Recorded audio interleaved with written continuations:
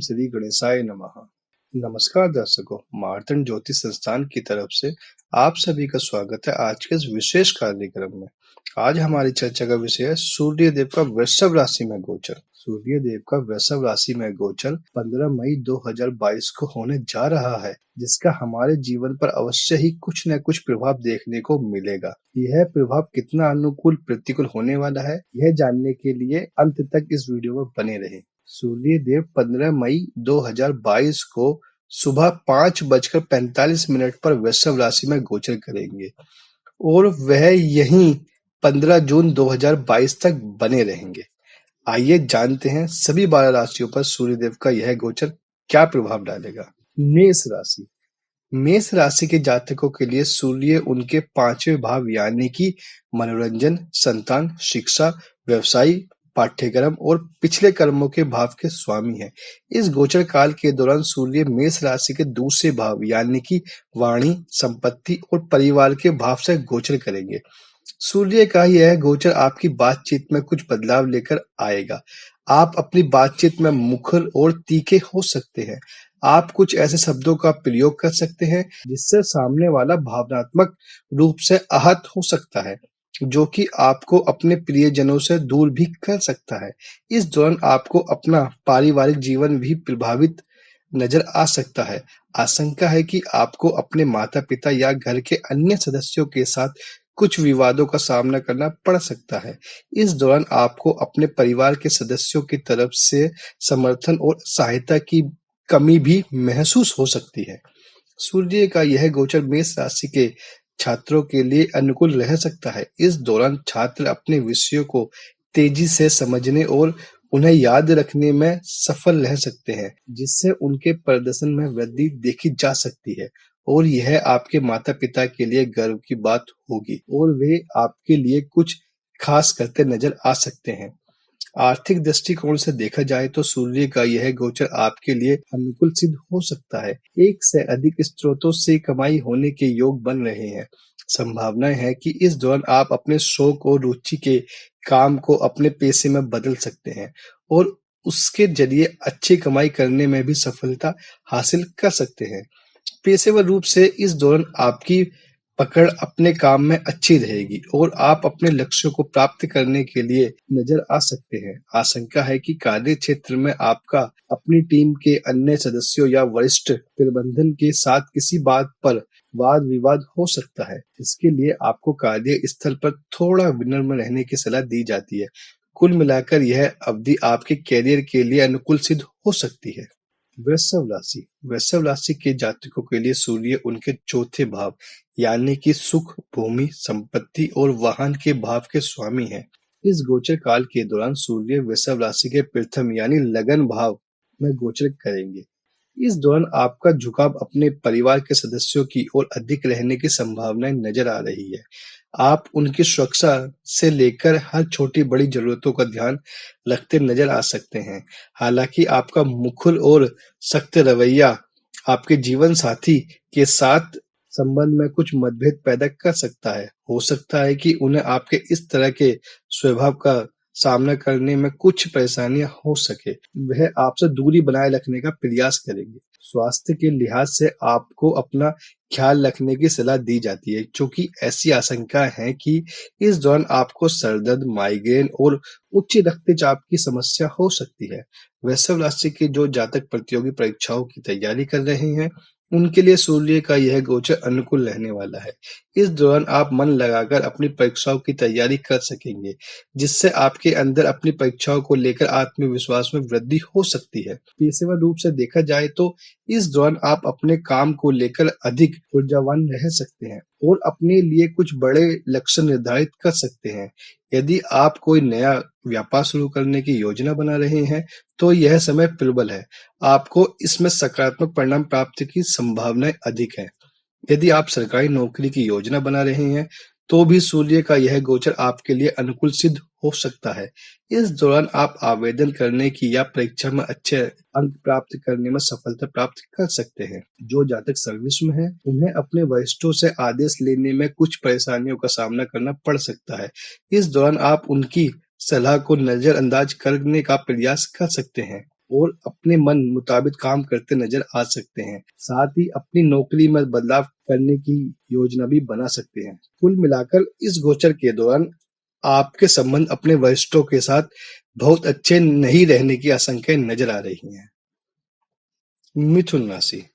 मिथुन राशि के जातकों के लिए सूर्य उनके तीसरे भाव यानी कि बल, भाई बहन, संचार और लघु यात्राओं के भाव के स्वामी है।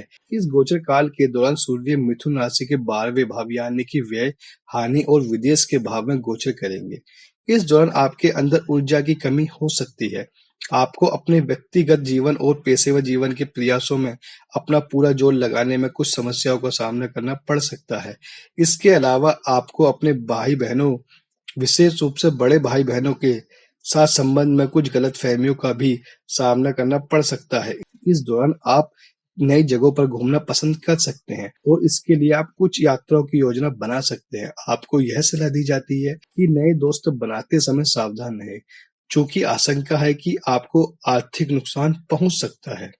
स्वास्थ्य के लिहाज से आपको यह सलाह दी जाती है कि अपनी आंखों का ध्यान रखें, क्योंकि इस दौरान आपकी आंखों में किसी प्रकार का संक्रमण या एलर्जी होने की आशंकाएं हैं। पेशेवर रूप से देखा जाए तो इस दौरान आपका पेशेवर जीवन थोड़ा अस्त व्यस्त रह सकता है। आपको काम के सिलसिले से कुछ यात्राओं की योजना बनानी पड़ सकती है, लेकिन ऐसी आशंका है कि उन यात्राओं से आपको सकारात्मक परिणाम प्राप्त नहीं होंगे। जो जातक विदेश बाजार के साथ काम कर रहे हैं या बहुराष्ट्रीय कंपनियों में कार्यरत हैं, वे इस दौरान अपने कैरियर में वृद्धि देख सकते हैं। कार्य क्षेत्र में आपके द्वारा बनाई गई कुछ सफल योजनाएं और रणनीतियां आपके लिए आर्थिक रूप से लाभकारी सिद्ध हो सकती हैं। जो जातक पदोन्नति की प्रतीक्षा कर रहे हैं, उन्हें थोड़ा और इंतजार करने की आवश्यकता पड़ सकती है, क्योंकि इस दौरान कार्य प्रोफाइल में बदलाव होना या स्थानांतरण होने की संभावना अधिक है। आशंका है कि इस दौरान आपके संबंध अपने बॉस के साथ बहुत अच्छे नहीं रह सकें। आपको यह सलाह दी जाती है कि उनसे बात करते समय सावधानी बरतें। कर्क राशि। कर्क राशि के जातकों के लिए सूर्य उनके दूसरे भाव यानी कि धन, व्यक्तिगत और परिवार के स्वामी का भाव है। इस गोचर काल के दौरान सूर्य कर्क राशि के 11वें भाव यानी कि आय, लाभ, मित्र और विस्तार के भाव में गोचर करेंगे। वैदिक ज्योतिष के अनुसार धन के 2 भावों की युति जातक के लिए अच्छे योग का निर्माण करती है, जो जातक जीवन में आर्थिक रूप से संपन्नता लेकर आती है। इस दौरान आप अधिक सामाजिक हो सकते हैं और अपने दोस्तों से मिलने के लिए किसी एक जगह पर इकट्ठा होने की योजना बना सकते हैं। साथ ही अपने दोस्तों, परिवार और परिचितों के साथ समय बिताने के लिए या उनसे मिलने के लिए किसी पार्टी का आयोजन भी कर सकते हैं। इसके अलावा इस दौरान आप कुछ उच्च अधिकारियों के संपर्क में भी आ सकते हैं और उन्हें डिनर या किसी कैजुअल मीटिंग के लिए आमंत्रित कर सकते हैं। जो जातक वैवाहिक जीवन व्यतीत कर रहे हैं, वे अपने जीवन साथी के साथ एक अच्छा समय साझा करने में सफलता प्राप्त करेंगे, जिससे आपके रिश्ते में मजबूती आएगी और आपसी समझ में इजाफा होगा। आप में से कुछ लोग अपने वैवाहिक रिश्ते से बाहर निकलकर अच्छे दोस्त की तलाश कर सकते हैं। आर्थिक रूप से देखा जाए तो यह अवधि कर्क राशि के जातकों के लिए लाभकारी सिद्ध हो सकती है। यदि आप कोई व्यवसाय करते हैं तो आप उससे अच्छा खासा आर्थिक लाभ अर्जित कर सकते हैं। व्यवसाय से प्राप्त हुए धन को पुनः निवेश करने से आपकी आमदनी में कई गुना वृद्धि होने की संभावनाएं नजर आ रही हैं। वहीं नौकरी पेशा जातकों को इस दौरान अच्छे खासा प्रोत्साहन मिल सकता है। साथ ही बेहतर सुविधाओं के साथ पदोन्नति होने की भी संभावनाएं हैं। आपके संबंध अपने वरिष्ठों के साथ बहुत अच्छे रह सकेंगे, जिससे कि आपकी प्रोफाइल पर सकारात्मक प्रभाव पड़ेगा। संभावनाएं है कि आपको अतीत में की गई मेहनत का फल इस दौरान धन लाभ के रूप में प्राप्त हो सकता है। साथ ही लंबे समय से अटके भुगतान वापस मिलने के योग बन रहे हैं। कुल मिलाकर आप अपने पेशेवर जीवन में अच्छी छवि और प्रतिष्ठा बनाने में सफल हो सकते हैं। सिंह राशि। सिंह राशि के लिए सूर्य लगन भाव के स्वामी है और इसका गोचर सिंह राशि के जातकों के लिए बहुत महत्वपूर्ण रहने वाला है। इस गोचर काल के दौरान सूर्य राशि के 10वें भाव में गोचर करने जा रहे हैं। लगन भाव के स्वामी का पेशे के भाव में गोचर सिंह राशि के जातकों के कैरियर में मजबूती और स्थिरता लेकर आने वाला है। साथ यह जातकों को अपने पेशेवर जीवन के प्रति कर्मठ व महत्वाकांक्षी भी बनाता है। इस दौरान आप समाज में अपनी प्रतिष्ठा बनाने में सफलता हासिल कर सकते हैं। आपके संबंध अपने माता-पिता पेशेवर रूप से अपने पिता के साथ अच्छे रहेंगे और आपको उनकी साख प्रतिष्ठा की वजह से कुछ लाभ प्राप्त हो सकता है। इस दौरान आपके घर का माहौल परिवार के कुछ सदस्यों के स्वभाव और उनकी कुछ उम्मीदों के कारण बहुत अच्छा न रहने की आशंकाएं हैं। हालांकि आप सब कुछ सही तरीके से करने का प्रयास करते नजर आ सकते हैं। इस अवधि में आपकी माताजी को कुछ स्वास्थ्य संबंधित समस्या का सामना करना पड़ सकता है। आपको यह सलाह दी जाती है कि उनके स्वास्थ्य की नियमित जांच कराएं और उनका ख्याल रखें। पेशेवर रूप से देखा जाए तो सूर्य का यह गोचर आपके लिए अनुकूल सिद्ध हो सकता है। यदि आप लंबे समय से पदोन्नति का इंतजार कर रहे हैं तो इस दौरान आपको शुभ समाचार मिल सकता है। साथ ही कार्यस्थल पर आप अच्छा नाम कमाने और एक अलग पहचान बनाने में सफलता प्राप्त कर सकते हैं। जो जातक अपने कैरियर में कोई विशेष आधिकारिक पद पाने का इंतजार कर रहे हैं, इस दौरान उनका यह सपना पूरा होने की संभावनाएं अधिक है। यह समय अपनी नौकरी में बदलाव करने और सरकारी नौकरी को अपना लक्ष्य बनाने के लिए अच्छा है। जो जातक खुद के व्यवसाय में है, वह इस दौरान कुछ जिम्मेदार और कर्मठ लोगों से संबंध बनाने में सफलता प्राप्त करेंगे, जो कि उनके व्यवसाय की वृद्धि और विस्तार के लिए लाभकारी साबित हो सकता है। कन्या राशि। कन्या राशि के जातकों के लिए सूर्य उनके 12वें भाव यानी कि व्यय, मोक्ष और विदेश यात्रा के भाव के स्वामी है। इस गोचर काल के दौरान सूर्य कन्या राशि के 9वें भाव यानी कि धर्म और भाग्य के भाव में गोचर करेंगे। कन्या राशि के 12वें भाव और 9वें भाव का यह संबंध जातकों के जीवन में कुछ यात्राएं लेकर आ सकता है। संभावना है कि इस दौरान आपका झुकाव आध्यात्मिकता की ओर रहेगा और धर्म के बारे में अधिक जानकारी प्राप्त करने के लिए तथा शास्त्रों को समझने के लिए आप कुछ धार्मिक स्थलों की यात्राएं भी कर सके। आप अपने पूर्वजों के सम्मान हेतु कुछ करने का प्रयास कर सकते हैं, जैसा कि इस दौरान आप उनके लिए यज्ञ वगैरह करा सकते हैं या कोई बड़ा दान पुण्य का काम कर सकते हैं। आपके संबंध अपने पिता के साथ बहुत अच्छे न रहने की आशंकाएं हैं, लेकिन एक दूसरे के सम्मान में कोई कमी नहीं होगी। इस दौरान आपके दान पुण्य के रवैये और कुछ प्रयासों को देखते हुए समाज में आपके सम्मान में वृद्धि नजर आएगी। जो छात्र आगे की पढ़ाई के लिए योजना बना रहे हैं, उनके लिए यह अवधि अनुकूल रहने वाली है। इस दौरान आपके ज्ञान में वृद्धि देखी जा सकती है। यदि आप विदेश की किसी संस्था में प्रवेश लेने की योजना बना रहे हैं, तो यह समय प्रबल है। आपको अपनी तैयारी में जुट जाना चाहिए। यूं कहें कि आपको अपनी तैयारी शुरू कर देनी चाहिए। पेशेवर रूप से देखा जाए तो कार्य क्षेत्र का माहौल आपके लिए संतोषजनक रह सकता है। हालांकि आप अपने काम को एकाग्रित होकर करने में सक्षम नहीं रह सकेंगे। जो जातक विदेशी ग्राहकों के साथ डीलिंग का काम करते हैं, उनके लिए यह अवधि अनुकूल है। इस दौरान आप कुछ अच्छे सौदे करने में सफलता प्राप्त कर सकते हैं। तुला राशि। तुला राशि के जातकों के लिए सूर्य उनके 11वें भाव यानी कि आय और लाभ के भाव के स्वामी है। इस गोचर काल के दौरान सूर्य तुला राशि के 8वें भाव यानी कि रहस्य विज्ञान के भाव में गोचर करेंगे। इस दौरान आप कुछ गहरे विचारों में खोए हुए नजर आएंगे। आप हर चीज का सही मूल्यांकन करने और आंकने का प्रयास करेंगे। आपके संबंध अपने दोस्तों के साथ बेहतर रहेंगे, लेकिन आप अंदर की भावनाओं को उनके सामने जाहिर करने में असहज महसूस करेंगे। आपके अंदर जीवन के कुछ गहरे रहस्यों और सत्य के बारे में जानने की जिज्ञासा पैदा हो सकती है। आप अपने आसपास की चीजों पर भी सवाल खड़ा कर सकते हैं और जीवन में आने वाली चुनौतियों के पीछे का कारण समझने की कोशिश करते नजर आएंगे। स्वास्थ्य के लिहाज से देखा जाए तो इस दौरान आपको शरीर दर्द, जलन और ऊर्जा में कमी यानी कमजोरी जैसी समस्याओं का सामना करना पड़ सकता है।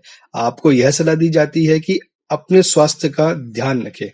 जो जातक शोध कार्यों तथा दर्शन से जुड़ी पढ़ाई कर रहे हैं, उनके लिए यह अवधि अनुकूल सिद्ध हो सकती है। इस दौरान आपको कुछ नए पाठ और अध्ययन करने के विषय मिल सकते हैं, जो कि आपके ज्ञान में विस्तार लेकर आ सकते हैं।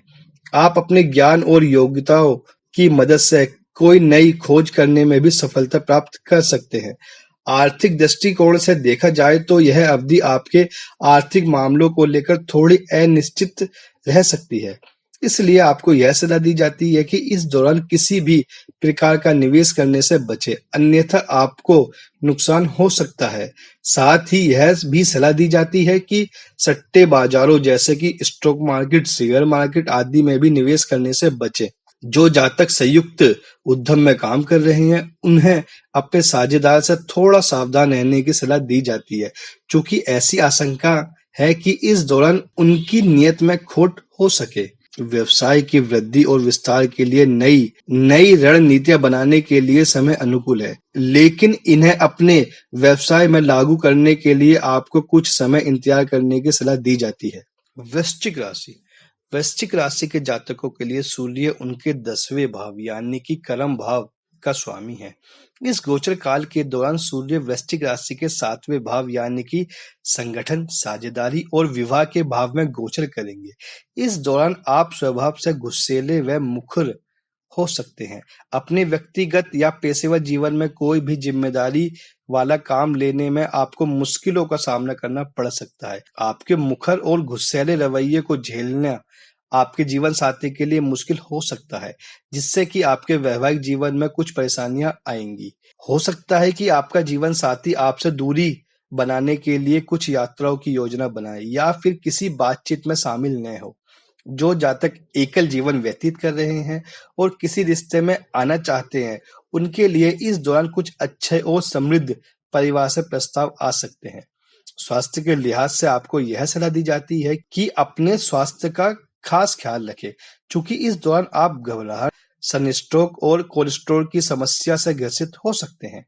जो जातक खुद के व्यवसाय में हैं, उनके लिए यह समय अच्छा रहने वाला है। आप इस दौरान संबंधित मार्केट में एक अलग स्थान बनाने और नाम कमाने में सफलता हासिल करेंगे। इस अवधि में आप अपने व्यवसाय की तरक्की के लिए कुछ जरूरी यात्राओं की योजना बना सकते हैं। आपको इन यात्राओं से सकारात्मक परिणाम प्राप्त होने की संभावनाएं अधिक है। साथ ही इस दौरान आपको संयुक्त उद्यम में काम करने के अवसर भी प्राप्त हो सकते हैं।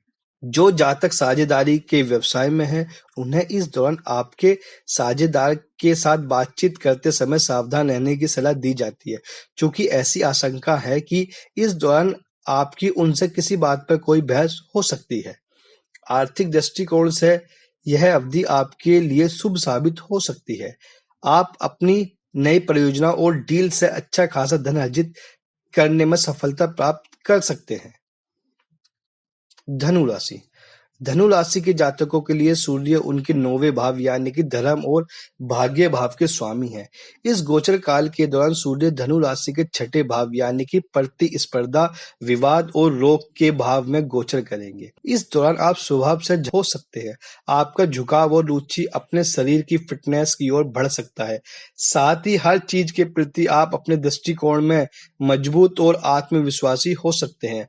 आप अपने प्रतिद्वंदी और शत्रुओं पर हावी रह सकेंगे। इस दौरान आप बार-बार कुछ झगड़ों में शामिल हो सकते हैं और सफलतापूर्वक उनसे बाहर आ सकते हैं। स्वास्थ्य के लिहाज से देखा जाए तो इस दौरान अतीत की कुछ बीमारियों से छुटकारा मिलने की संभावनाएं बन रही हैं।